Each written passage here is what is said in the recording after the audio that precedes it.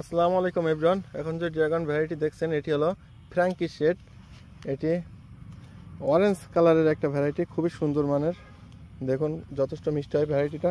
তো এখনও পরিপূর্ণ ম্যাচিউরড হয় নাই, এখনও ম্যাচিউরড হইতে আরও হয়তো বেশ 5 থেকে 7 দিন সময় লাগবে। তারপরেও আমরা এটি আজকে হারভেস্ট করব, কারণ বেশি পাকাইতে গেলে হয়তো ফলটাও নাও থাকতে পারে, যে কোনো মতো চুরি হয়ে যাইতে পারে।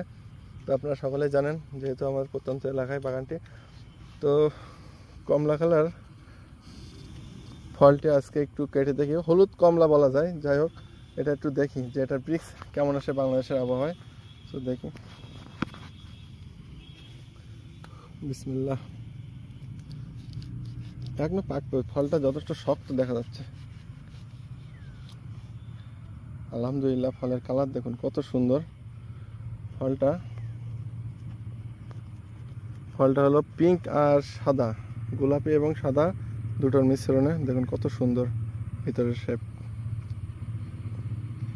বীজগুলো একটু বড় দেখা যাচ্ছে, এটা আরও বেশ কয়েকদিন থাকবে। তো এটা আমরা একটু মেপে দেখি এটার ব্রিক্স কেমন আসে। ফোনটা ধরো।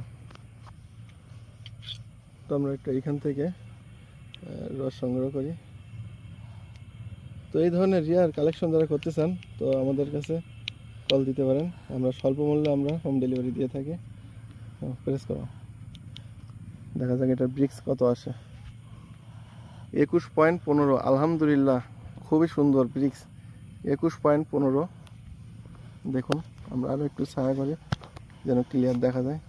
21.15, আলহামদুলিল্লাহ, খুবই সুন্দর ব্রিক্স উঠছে। দেখুন এত ভালো একটা ভ্যারাইটি। এটা পাকলে আরও ব্রিক্স হয়তো একটু বাড়তো, তো সেটাও সময় হয়ে উঠবে না, কারণ চুরি হইতে পারে। দেখুন এটার বৈশিষ্ট্য আছে, ফলের গায়ে একটু কাটা হয় নিচের দিকে। আরও আমরা ঢেকে রাখছিলাম, যার ফলে কিছু কাটা পড়ে গেছে এইখান থেকে। দেখুন এইখানে কাটা থাকে, তো কাটার যুক্ত এটাও একটা ভালো ভ্যারাইটি। ভেতরটাও সুন্দর, বাইরেটাও অরেঞ্জ কালার। তো এই ধরনের রিয়ার কালেকশন যারা করতে চান, তো আমাদের স্ক্রিনে দেওয়া নাম্বারে কল দিতে পারেন। সো ধন্যবাদ সকলকে।